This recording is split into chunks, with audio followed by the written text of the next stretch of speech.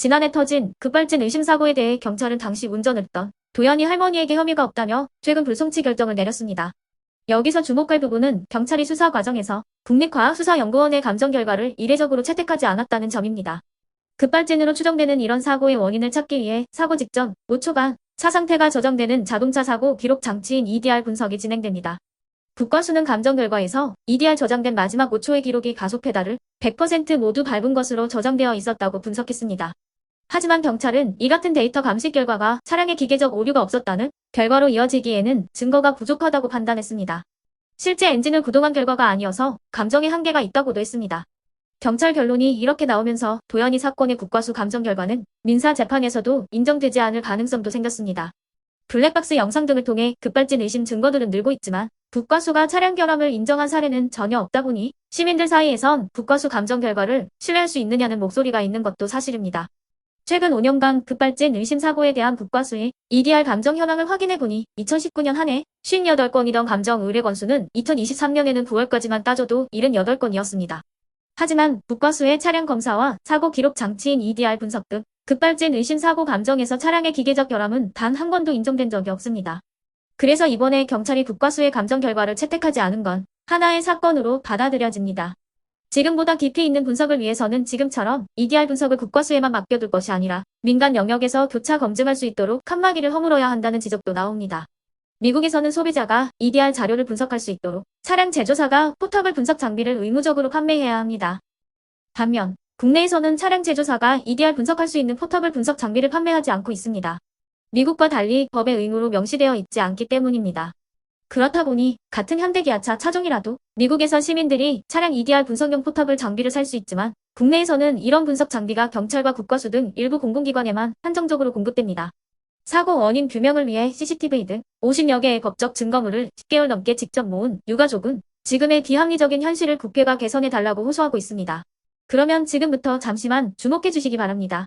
제가 구독자분들을 위해서 이벤트 선물을 하나 준비했는데요. 제가 항상 여러분들께 뭐라고 말씀을 드려요. 뉴스만 평소에 잘 챙겨보셔도 돈이 된다, 돈을 벌 수 있다라고 말씀을 드렸는데요. 자, 여러분들 여기 보시는 경제 관련 뉴스를 보게 되면 여러분들은 어떤 생각이 드세요?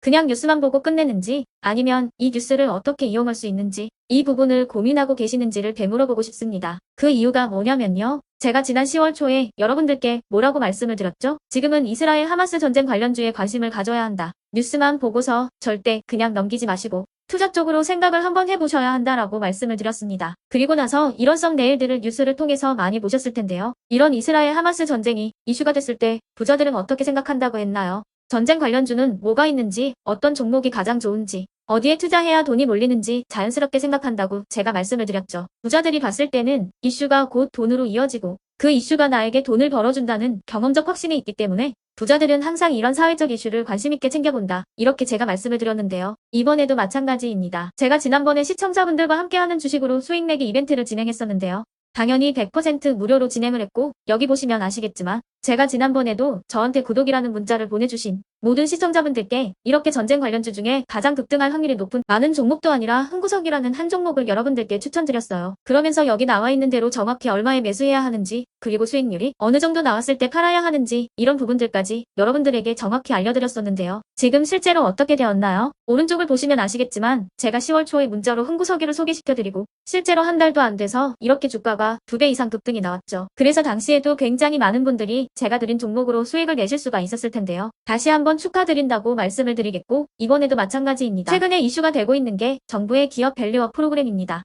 정부가 코리아 디스카운트라고 불리는 문제죠. 한국 증시 저평가를 해결하기 위해 칼을 빼들었습니다.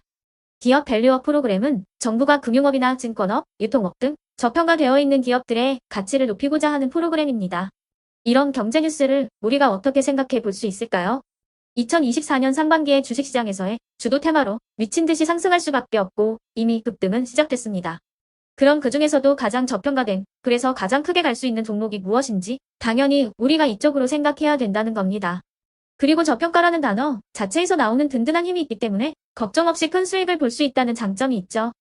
자, 그렇기 때문에 제가 이번에도 뭘 보내드리냐면 지난번과 같은 방식으로 이번에는 구독이라는 문자를 보내주시면 제가 이번 정부 정책과 맞물려서 앞으로 대장주 역할을 하면서 주가가 가장 크게 급등할 한 종목을 여러분들에게 문자로 종목명과 사고 파는 시점을 모두 알려드릴 거예요.